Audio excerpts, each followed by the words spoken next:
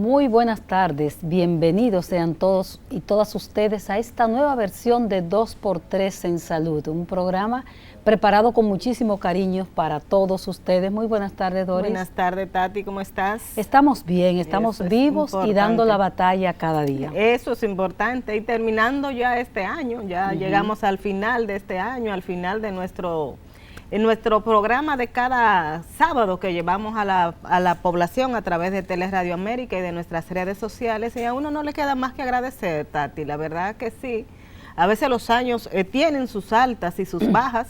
Nosotros como seres humanos también lo tenemos, porque también tenemos nuestras familias, nuestras vidas, nuestras profesiones, y en todo la vida es eso, un subir y bajar, pero hay que agradecer mucho de que estamos aquí, de que hemos llegado ya a este final de año yo creo que hemos llevado, Tati, todo este año muchos temas de salud variados a la población. Pero yo quiero tomar un paréntesis, Doris, antes de que demos una repasadita brevísima a todos esos temas, para hacer un homenaje. Un homenaje póstumo a un hombre que fue importante para la vida de Doris Pantaleón y Altagracia Ortiz, y que era tan especial para nosotras que nos decía: cuando le falte un invitado, ustedes me dicen y yo vengo y hablo con ustedes a la hora que sea. Un homenaje póstumo al doctor José Silié Ruiz, un invitado de lujo que tuvimos muchas veces con nosotros y que se nos fue a fin de año. Que en paz descanse, la verdad, querido amigo. La verdad que un neurólogo, un ser humano extraordinario, como dices tú, porque con el doctor Silié no solamente se hablaba de cerebro, que lo hablaba con una pasión increíble. Con él se hablaba de la vida. Así es. Se hablaba de, nos recuerdo yo una vez hicimos un programa con él hablándonos de cómo botar el estrés. De cómo botar el estrés. Qué hacer, de dónde ir, de cómo despejar la mente para botar un poco de las tantas presiones que recibimos a diario. Y con él lo hicimos perfecto y lo tuvimos aquí por última vez. El 16 de... En febrero de este año. En febrero de este año, y también hicimos un programa maravilloso. Recuerdo yo que hablaba de esa válvula de escape, de cómo había diferentes tipos de personalidades, cómo había personas que tú lo llamabas y siempre estaban con el estado de ánimo negativo, y había que cambiar todo eso. Así que yo creo que con ese homenaje, como dices tú, le rendimos tributo al doctor José Silié Ruiz por siempre apoyarnos y por siempre darnos sus sabios consejos. Así es, el paso de él fue importante por esta vida. Y Doris, durante todo el 2022, no dejó de primar la preocupación por la COVID-19, que tuvo sus bajones, como dices tú, importantes. Llegamos a positividad de 1%. De menos de 1%. Y de menos de 1%. Llegamos a tener 2 camas solamente ocupadas. Así es. Pero ya a final del año las cifras, los indicadores subieron. Y ha sido importante porque desde mediados, últimos meses del año, comenzaron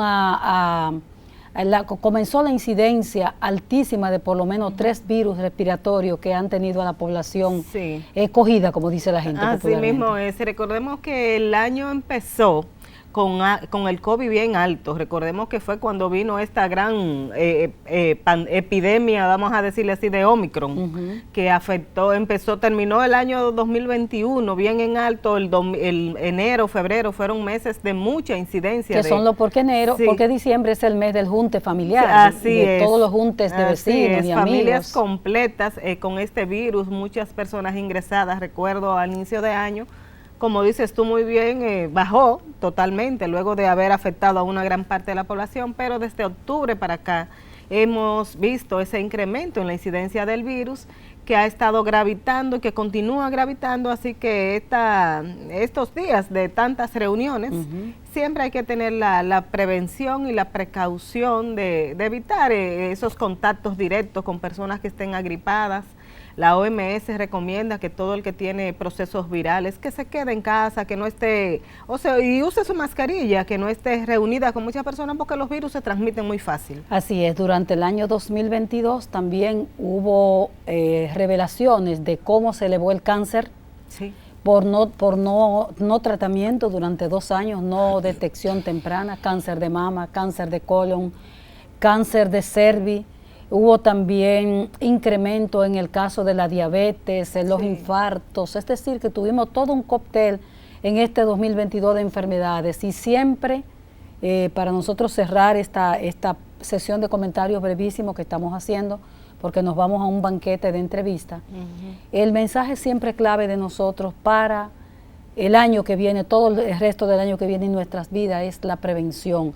Ahora tenemos un brote de cólera en el país y el mensaje en estas festividades, durante todas estas festividades de fin de año, es mantener las normas de higiene, en la medida de lo posible no consumir alimentos crudos.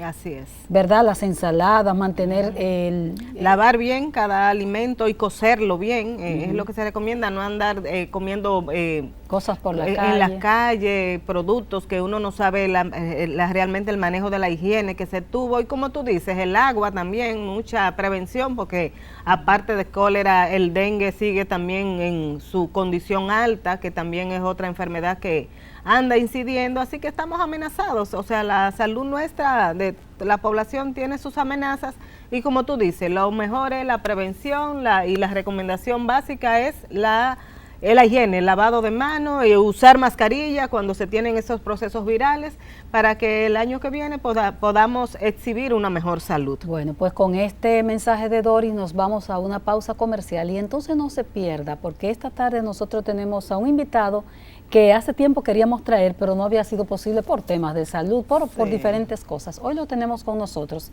y vamos a echar un vistazo a la sociedad dominicana, no solamente en el futuro, sino la perspectiva de este proyecto social que somos nosotros. Venimos ahora con nuestro invitado. Quédese con nosotros. 2x3 en salud.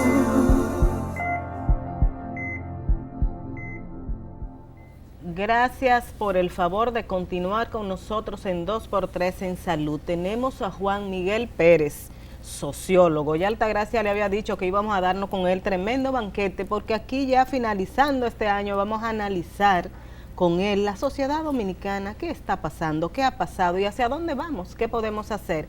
Así que Juan Miguel, gracias por estar aquí, y de más decirle que es hijo de una persona que nosotros apreciamos muchísimo también, Raúl Pérez Peña, ¿verdad? Bacho, todo el mundo lo conoce como Bacho. Bienvenido, José Miguel, gracias. Gracias. Doris, decir que cuando le dije a un amigo, al periodista Bianco Martínez, que tú venías de invitado, me dijo: ese muchacho hace magia con la palabra, habla precioso. Ay, bueno. Bianco, qué bien, gracias a ustedes. Qué bueno. Qué bueno tenerte por aquí con nosotros. Bueno, nosotros habíamos coordinado desde hace tiempo analizar en un momento en que la violencia se puso álgida en el país, y en ese momento no pudimos. Pero ya finalizando el año, en esta etapa del año, quisiéramos ver una retrospectiva a la sociedad dominicana. ¿Cómo has visto el discurrir, digamos, de los hechos sociales, el tema mismo de la violencia en este año 2022, Juan Miguel? Mira, lo primero que yo podría decir es protestar la palabra sociedad. Sociedad. Es decir, yo creo que habría que empezar con revisar las palabras y a partir de las palabras confrontarlas con la realidad. Una sociedad es un proyecto de socios. Y para que haya proyecto de socios, tiene que haber una expresión voluntaria de afiliación, de adhesión a ese proyecto, que usualmente en el campo social se da a partir de un entendimiento entre las partes, un ganar-ganar. Es decir, que reine un espíritu de justeza entre las personas que conforman ese proyecto. Y yo me pregunto, realmente con los niveles de desigualdad, con los niveles de violencia que tenemos hoy en día en la sociedad dominicana interpersonal, pero que a su vez es una violencia estructurada, como vamos a hablar en un momentito, hay una sociedad. Lo primero es que... Pero la tuvimos, José, en algún momento. Bueno, precisamente ahí vamos de cómo ha ido erosionándose el proyecto nacional, cómo ha ido fragmentándose la llamada cohesión social, el vínculo social, como le llaman los sociólogos. Y eso precisamente debido a una serie de elementos que esencialmente traen desconfianza entre la gente. Primero, desconfianza entre la gente y sus instituciones. Estoy hablando aquí, por supuesto, de una mayoría de dominicanos, porque para otras ha funcionado muy bien. Nosotros vivimos en dos repúblicas. Son dos repúblicas. Son dos repúblicas, una república marca país y una parte atrás. Exactamente. Entonces, en esa república marca país, nosotros tenemos celulares, tenemos vehículos de gran cilindraje, Vida cómoda. Un consumo altísimo. Exactamente. De hecho, eso es parte de lo que mantiene a esta sociedad supuestamente flotando en el plano económico, además de las remesas, que es como un pequeño porcentaje acumula el gran porcentaje del consumo. O sea, hay un alto consumo, excesivo consumo, dentro de un pequeño grupo que habita en este polígono central, donde hay restaurantes que cuestan lo que puede costar una comida en cualquier gran avenida del primer mundo. Sin embargo, cuando tú te vas parte atrás, el otro día escuchaba un informe de uno de los organismos multilaterales que hablaba que en pandemia un 40% de los dominicanos solamente comió una sola vez al día. Entonces, cuando esa realidad se contrasta, como por ejemplo con el salario del gobernador del Banco Central, que son 2 millones de pesos, con todo lo que eso implica, que incluso ha sido denunciado por organismos internacionales, como por ejemplo The Economist, la gran revista de origen inglés, diciendo que cómo es posible que en un país tan pequeño el gobernador del Banco Central gane 33% más de salario que lo que gana el presidente de la Fed, que es el Banco Central norteamericano, en un país como este. O sea, estamos hablando de 200 veces el salario mínimo. Entonces, esos elementos van poco a poco generando una desconfianza. Una desconfianza que dice, bueno, pero si yo soy dominicano, nací aquí, tengo los mismos derechos en la Constitución y sin embargo estoy privado de lo que para los otros son grandes privilegios, entonces, ¿por qué tendría yo que respetar a la autoridad? ¿Por qué tendría yo que acogerme a las leyes que en lugar de ampararme, de protegerme, de cuidarme, me castigan, me maltratan sencillamente por un asunto del azar, porque nací en Capotillo, porque nací en el 24 de abril, porque nací en Los Ciruelitos? Entonces, esos elementos van haciendo que esa violencia que se estructura desde la infancia, cuando tú no tienes un ambiente que te acoja de acuerdo a lo que es esa edad, es decir, que tú tengas un dispensario médico adecuado, que tú tengas atención primaria próxima, que tú tengas un cuidado escolar a la edad temprana y luego en tu infancia y adolescencia. Protección. Exactamente, que además tú veas cómo está viviendo tu familia la situación cuando el hombre pierde el trabajo y viene y le pega a la mujer y la mujer le pega al hermanito, el hermanito te pega a ti y tú vas y le pega al primer que tú encuentras con el cual tú puedes abusar, que es la cadena. Un poco la cadena de mando del maltrato, ¿no? De cómo empieza desde los centros de trabajo, privado o público, donde el funcionario se cree jefe y autoridad, y el patrón, como no tiene Estado que vaya y proteja a los trabajadores en el centro laboral de sus derechos fundamentales, entonces esa violencia va poco a poco haciéndose personal. Y finalmente tenemos un Estado general de grandes agresiones y de pequeñas agresiones, desde el tránsito hasta cualquier lugar al cual uno va. Lamentablemente, ese grado de convivencia ha sufrido, ha padecido políticas públicas extraordinariamente, yo no diría ni siquiera desacertadas, porque han sido muy bien planificadas, reitero, para privilegiar a los ya privilegiados en detrimento de las grandes mayorías. ¿Y en qué momento, Juan, nos convertimos en una sociedad violenta para no... si tomamos en cuenta ese concepto que tú dices, sociedad, los socios no estamos como tan alineados, pero este proyecto, esta cosa que se llama República Dominicana, ¿en qué momento nos convertimos en tan violentos? Porque de que estamos violentos Mira, lamentablemente tenemos que remitirnos a la historia porque esto ha sido una progresión. Claro. Y como decimos en sociología, lo importante no es lo que pasa, sino la reacción a lo que pasa.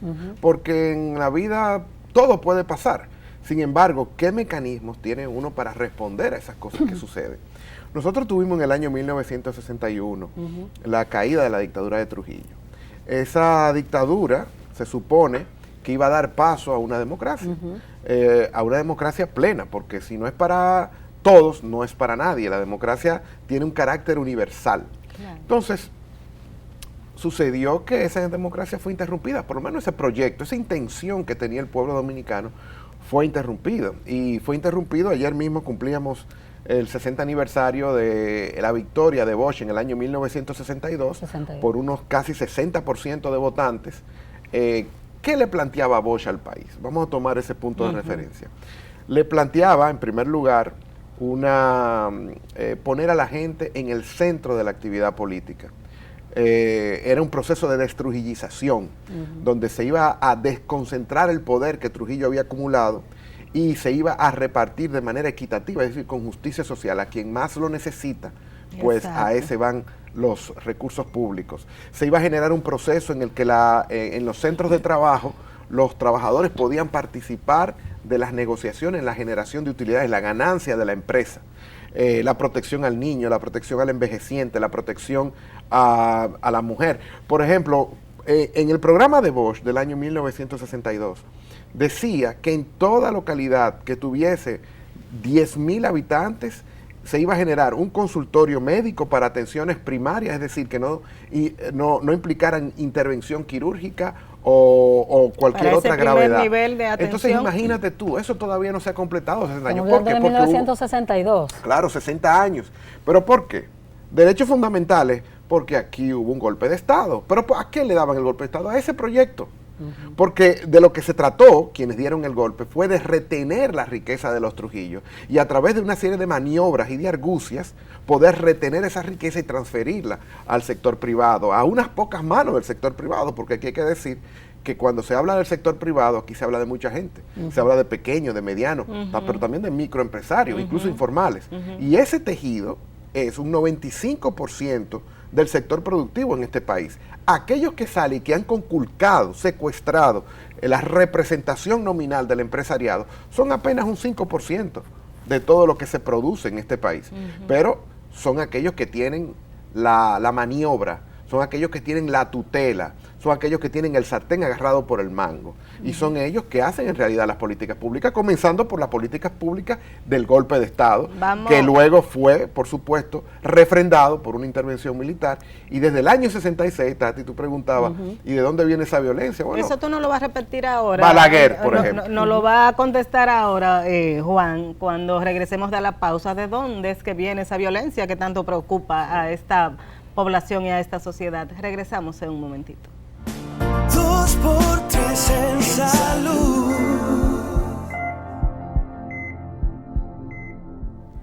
La historia es importante para conocer nuestro estado actual y para ver qué vamos a hacer en el futuro. Y con el sociólogo Juan Miguel Pérez estamos revisando estos aspectos de sociedad. Decía él, esto es una sociedad. Y estamos entrando, cuando tuvimos que irnos a pausa, en el aspecto de la violencia. El estado actuado de violencia que tenemos hoy día. ¿De dónde partimos? ¿Cuándo nos convertimos, Juan, en una sociedad tan complicada como esta, donde aquí cualquiera, desde con la palabra hasta con gestos, con todo, somos violentos? ¿Qué ocurrió? Mira, al igual que la medicina, la sociología trata de ubicar la historia social de los pueblos. Y uno trata de auscultar el cuerpo social, mirar el historial médico. Y nosotros tuvimos esos 12 años de Balaguer, por ejemplo. O sea, ya te hablé de varias agresiones a la institucionalidad. De ahí pasó a la agresión física, ese proyecto que trajo la Agencia Central de Inteligencia de los Estados Unidos para aniquilar lo que quedaba de ese fervor democrático y de transformaciones que con el gobierno de Bosch, con el alzamiento de Manaclas, que por cierto hoy se cumplen 59 años del fusilamiento asesinato en Manacla de los héroes nacionales que allí se habían levantado contra el triunvirato por el gobierno, por la Constitución y la democracia. Entonces, eso, por ejemplo, eso quedó impune. Entonces, por ejemplo, a quien se le tilda de haber ordenado el fusilamiento, el asesinato de esos héroes y mártires, hoy próceres nacionales, en Manaclas, no solamente está libre, sino que hasta se le condecora en Academia de Historia, las Fuerzas Armadas, un hombre un general en retiro que no solamente se llevó a Manolo Tavares, se llevó también a Camaño, se llevó a los expedicionarios de junio del 59, o sea, todo aquello, fíjense el nivel de esquizofrenia de este país, que por un lado celebra a los expedicionarios de junio del 59, por un lado celebra a Manolo Tavares declarándolo héroe nacional y al presidente en armas, coronel Francisco Camaño, y a quien los asesina fusilándolos, a los 3 tipos de héroes nacionales, a ese mismo les rinden honores de Estado. No, pero es increíble, de verdad. Entonces, ¿de dónde viene la violencia? Y esa es una violencia, por supuesto, que no la conoce mucha gente, porque ese ha sido el otro arma de destrucción masiva que ha tenido la política oficial, la amnesia histórica. Eso te iba a y entonces, decir ¿qué que... pasa con esa amnesia histórica? Que cuando tú tienes confusión sobre tu entorno, tú actúas turbiamente. No lo conoces. Exactamente. Entonces, mira, por ejemplo, cuando yo como profesor universitario consulto a mis estudiantes, vivo dialogando con ellos porque ellos son un poquito los intelectuales del barrio y ellos traen información valiosísima. Sí, sí. Y esa información, cuando yo me voy al historial de sus estudios secundarios y le pregunto cuántas veces ustedes escucharon hablar de la palabra pobreza en sus estudios secundarios, y me dicen que nunca o casi nunca, en casi un 80%. Solamente me dicen que cuando aquellos que estudiaban, por ejemplo, en centros regidos por monjas, había cierta aproximación a comprender lo que ellos son. Entonces, cuando tú no sabes exactamente de dónde viene tu infortunio, tú sales a la calle muy perturbado, ¿no? Y entonces todo eso va generando un clima de agresividad como el que nosotros vemos ahí. La impunidad, reitero, la injusticia anclada en las políticas públicas con un sistema de redistribución de riqueza que sigue privilegiando a los más ricos y sigue castigando a los más pobres, que a pesar de ganar de manera exigua, no se les respetan sus derechos laborales, no se les respetan sus derechos en salud, no se les respetan sus derechos a nivel de trabajo, etcétera. Entonces, imagínate lo que eso va creando en un cuerpo social. Eso te iba a preguntar, ¿eso crea resentimiento por en supuesto, el ser humano? O sea, lo va creando con... Claro, primero un sentimiento de injusticia y luego un resentimiento social. E impotencia. ¿Por qué? Porque es como si tú estuvieras con mucha hambre y de repente alguien pasa, se mofa de ti con una caja de pizza, se la come la mitad y la otra la bota al zafacón. Te preguntaba esto, Juan, porque a veces me llama la atención en las calles. Por ejemplo, muchos muchachos jóvenes limpiando cristales, vendiendo cosas, y quizá ven muchachos de su misma edad,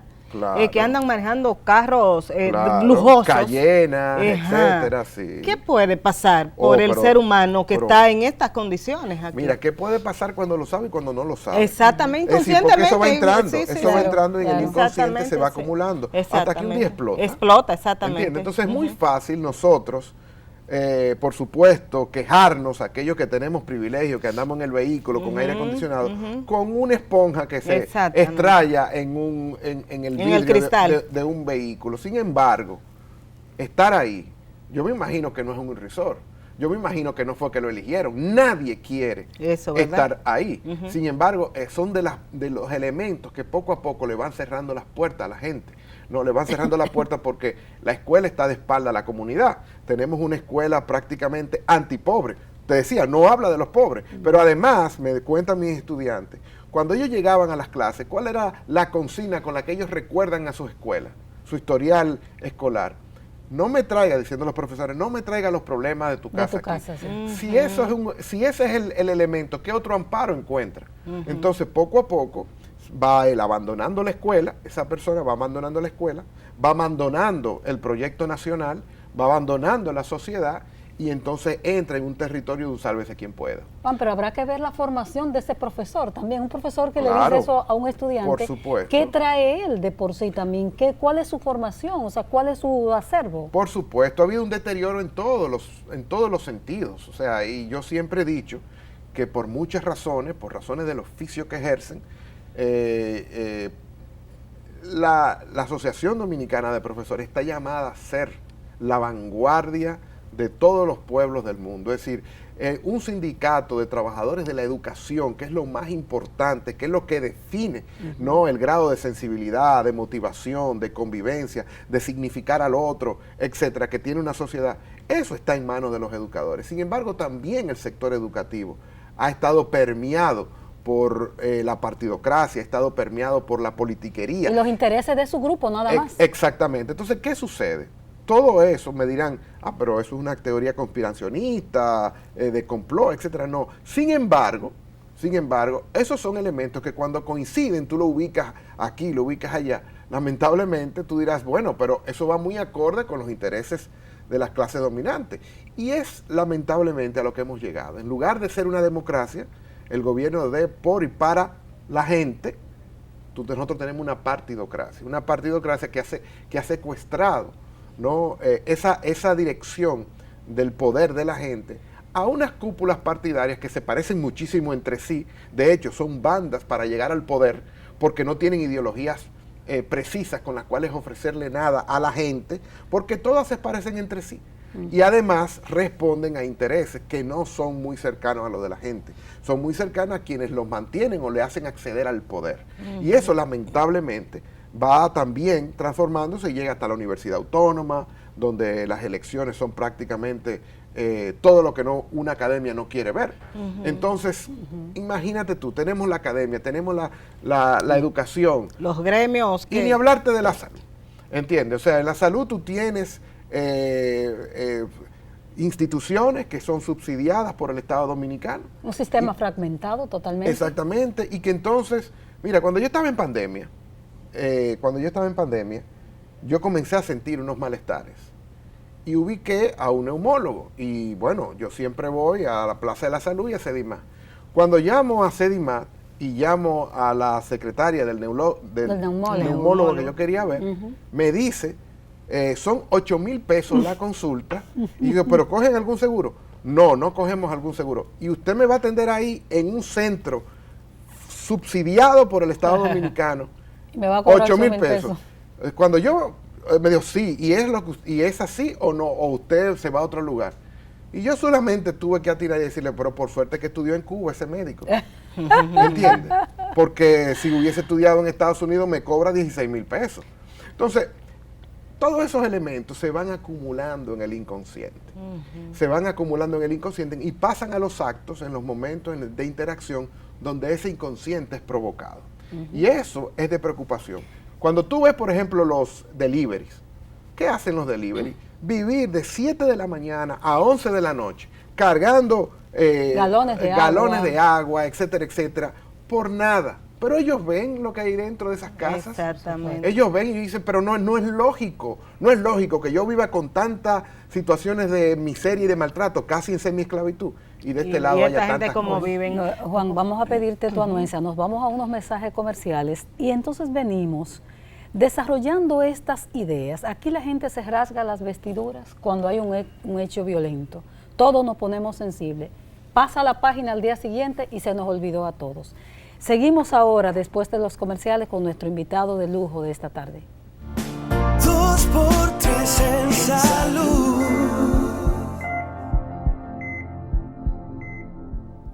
Seguimos conversando con el sociólogo Juan Miguel Pérez. Un banquete nos estamos dando con él, analizando lo que está ocurriendo en nuestra sociedad, entre comillas, vamos a decirlo así. Juan, Altagracia te hacía una preguntita, ¿se olvidan las cosas rápidas?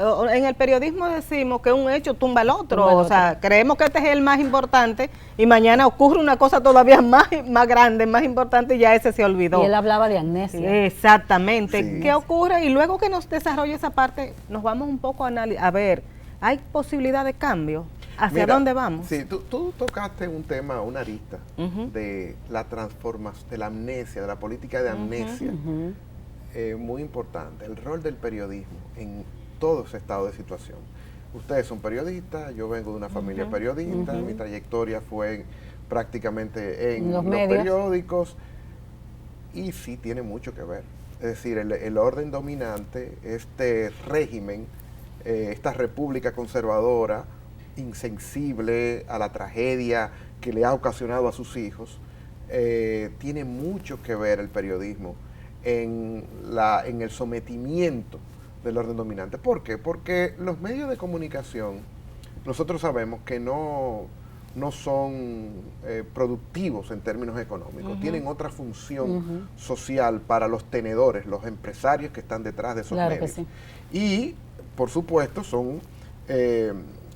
como son ellos los que trazan la matriz de opinión, son ellos los que ponen la agenda del día, hay mucha distorsión, a veces ni siquiera de manera consciente, porque quienes hacen la información son personas que viven diferente al resto del país. Son personas que están protegidos, que tienen mal que bien una seguridad social, tienen un salario fijo, muy distinto al 40% de los dominicanos que trabajan en el sector informal. En fin, todos esos elementos hacen que haya entre lo que vive la gente y lo que tratan los temas públicos un divorcio. Y yo lo confronto permanentemente con mis estudiantes cuando le pregunto cuáles son sus calamidades principales.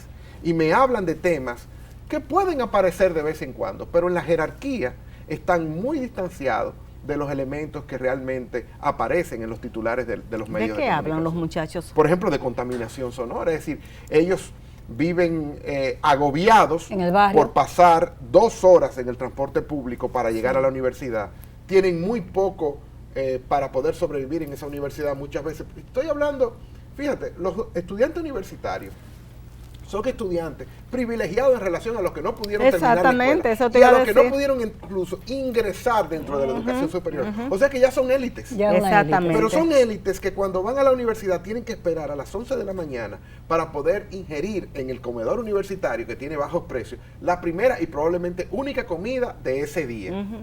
Entonces, aparte de eso, tienen que vivir, de retornar al barrio, de trabajar también al mismo tiempo que estudian, y cuando llegan, la contaminación sonora, la contaminación de infraestructura, el policía que los macutea al llegar y al salir del barrio, que no hay luz, y por eso tienen, en la UAS, por ejemplo, tú no encuentras un solo conector libre, porque todo el mundo está conectado su celular, porque no hay luz en el barrio. Exacto. El hacinamiento, el calor, en fin, la tragedia de la desesperanza, saberse envuelto en un proceso de reproducción social donde tú vas a vivir igual o peor incluso que tus padres. Exacto. Entonces imagínate, un hogar quizá con matices de violencia. ¿Cómo tú financias la prosperidad? ¿Cómo tú financias la motivación? ¿Cómo tú financias la acción pacífica de uno a otro?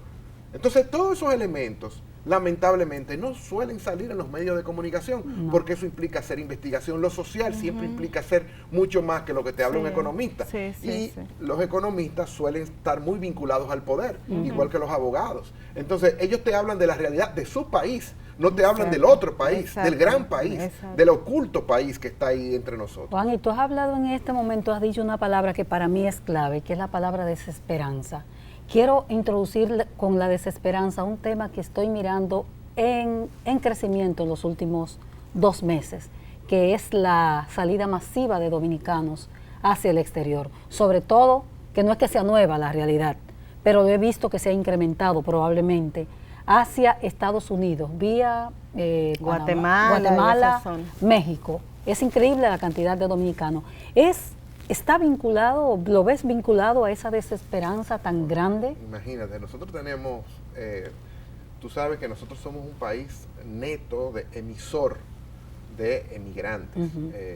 Y eso, por supuesto, es en parte lo que ha salvado a este país, porque las remesas son 10.000 millones de dólares al año. Estamos hablando de 3 veces el presupuesto de educación de este país. Así es. ¿Entiendes? Por la solidaridad de los dominicanos que fueron expulsados.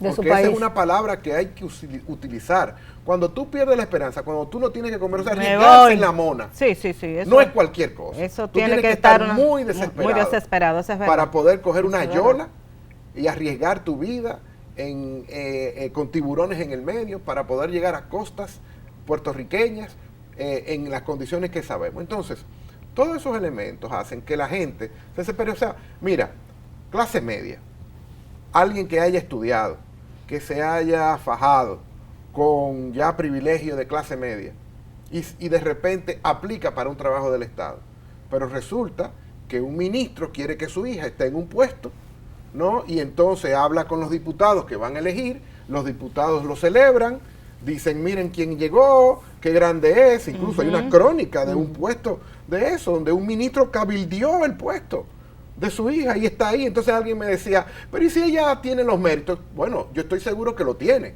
Ahora, puede ser que 100 más también lo tengan, pero ella fue la elegida. Entonces, eso rompe la confianza de un dominicano que diga, si yo no tengo vínculos con el partido de poder, pues entonces yo me voy. Y otros que dicen, ¿para qué estudio? ¿Para qué me preparo? Si al final no voy a conseguir el trabajo. Ese era el momento en el que esa muchacha y ese ministro debieron de abstenerse de participar.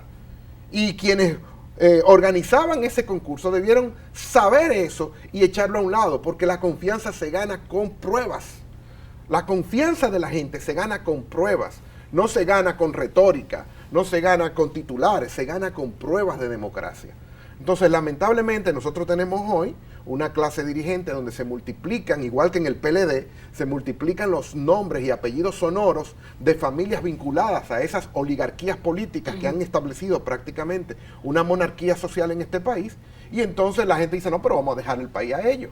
Yo me voy porque yo no tengo nada que hacer dentro de esta nueva realeza, dentro de esta república de notables, que lamentablemente atenta contra el derecho de todo ciudadano a poder acceder, por ejemplo, a un servicio público. Hay un joven que conocí que que se fue y llegó, de hecho, a Estados Unidos, y eso dicen cuando llegan, llegué.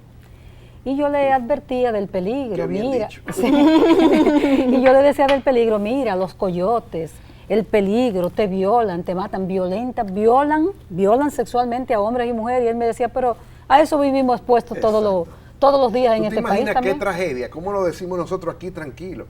Y que eso estén viviendo, lamentablemente, esos conciudadanos.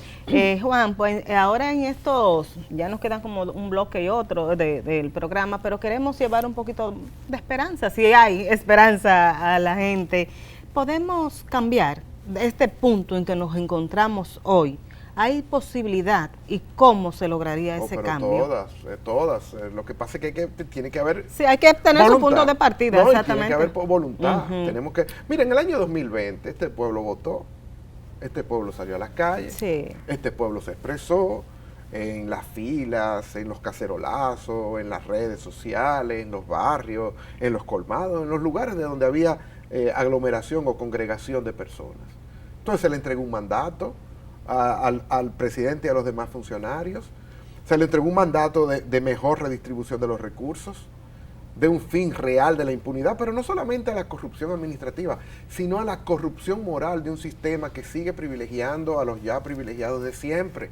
Y lamentablemente esos son los tutumpotes de hoy, hablando de Bosch del 62, los tutumpotes de hoy siguen gobernando como le da la gana, siguen haciendo trasiego de influencia, sigue habiendo políticas públicas diseñadas a la medida de ellos, siguen teniendo un cartel financiero que es el tejedor, el hacedor de las políticas públicas, sobre todo, por ejemplo, en el sector salud. Ahora quieren ingresar en el sector, son insaciables, y entonces nuestros barrios trabajan sometidos a niveles prácticamente sin nadie quien los defienda, porque aquí los tribunales, nadie va a la justicia, la gente humilde no va a la justicia a dirimir qué, con una justicia que muchas veces tarda, con una justicia que no tiene los recursos para poder... Que te pone muchísimas trabas para tú poder llegar. Comenzando porque tú tienes que alquilar un abogado.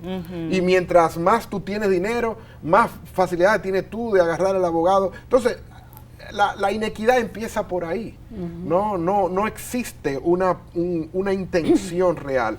Por supuesto, frente a la mafia que estaba gobernando este país, hay un cambio con cierta decencia, por lo menos en la primera magistratura, y eso es simbólicamente importante. Han habido acciones particulares como la del Ministerio Público que sientan cierta esperanza de que las cosas se pueden hacer diferentes, ¿no? Nosotros ver, por ejemplo, ese alegato del mayor Girón, ¿no? En una audiencia pública, fue sin duda alguna una radiografía de qué han sido los estamentos jerárquicos de alto rango militares en relación a radiografías que duelen, porque cuando tú dices la verdad duele. Y te pongo el caso, por ejemplo, del libro que acabo de poner en circulación. Hay mucha gente guapa, porque cuando tú dices las cosas como tú las estás diciendo, duele y molesta.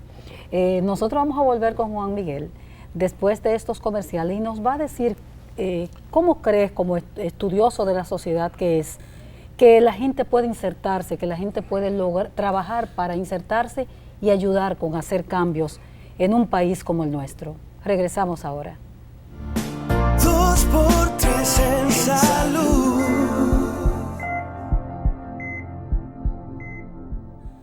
Juan Miguel Pérez nos ha dado una radiografía perfecta de lo que es la sociedad, de lo que está ocurriendo en nuestra República Dominicana, con nuestra población y con nuestra esperanza, con nuestra violencia, pero ahora nosotros queremos que él en este tiempo que nos queda, que no es mucho, nos hable cómo cambiar. O sea, tenemos esperanza, hay el futuro, podemos decir vamos a cambiarlo, vamos a tener una mejor, al final vamos a tener un mejor país. No puedo decir eso. No, Dios mío. No puedo decir que vamos a tener un mejor país. Uno puede ilusionarse. Y yo no creo que ese es el propósito. No buscamos ilusiones, falsas ilusiones. Perder todas las esperanzas y ser un derrotista. Exacto. Yo soy un crítico que dice la envergadura de lo que implicaría un cambio. Y Tati decía en un momentito, bueno, ¿cómo involucrarse? ¿Cómo organizarse? Y ese es el principal problema que tiene este país, la no participación política, la marginación de la gente, que tiene que pasar, si tiene interés en la cosa pública, por estos mastodontes partidos donde ya están establecidos reglas de linaje, de parentesco, de vínculo, que si tú no eres tú no eres postulable. Tú tomas la circunscripción número 1 de este Distrito Nacional y todos los diputados tienen vínculos familiares con jerarcas de sus partidos. Todos. Entonces, ¿cómo tú puedes pedirle a un chinero, pedirle a una muchacha en un salón de belleza o en una banca de apuestas que se organice? Exactamente. ¿No? Porque dice, no, pero yo soy un anónimo social. Entonces... y la bloquean para que no se organice. Yo creo que toda esperanza empieza por establecer un diagnóstico real de lo difícil que va a ser cambiar.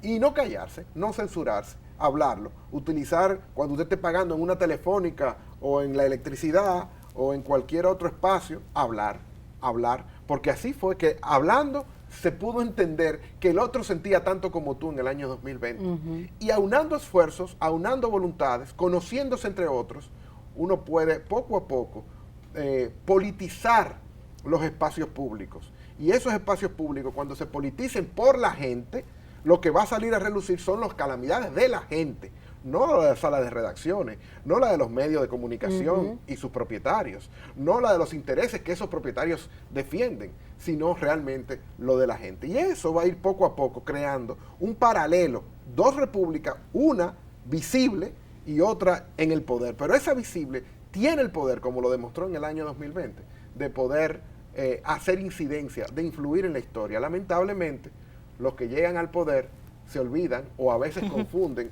que fueron ellos que llegaron al poder. No, a ustedes lo pusieron ahí. A ustedes lo pusieron ahí. Tu contacto con los jóvenes, ¿qué te dice? ¿Hay esa necesidad o esa...? Ese es un trabajo grande porque ellos tienen mucha desidia.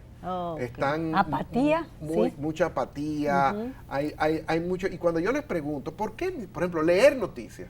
Y yo le pregunto, ¿y por qué usted no le...? Profesor, porque no se parece a nosotros, porque hablan de otra realidad. Y por eso el gran auge de los medios locales, porque te habla del vecino, te habla de la familia, etcétera, etcétera. Tal vez es una buena pista para aquellos que estén interesados en establecer democracia, de explorar la pista de la democracia local. Juan, la verdad que el tiempo se nos terminó. Digo que en buena compañía el tiempo pasa rápido. Yo estoy orgullosa de un dominicano como tú que se ha formado también y que esa formación no la has tomado para servir a grupos poderosos, sino que la estás usando en bien de lo que va a ser una República Dominicana mejor que la que tenemos. Esperemos y trabajemos por ello. Bueno, muchas gracias por estar aquí, por tu tiempo. Por la invitación. Gracias a nuestros amigos televidentes por siempre acompañarnos y nos vemos ya el año que viene.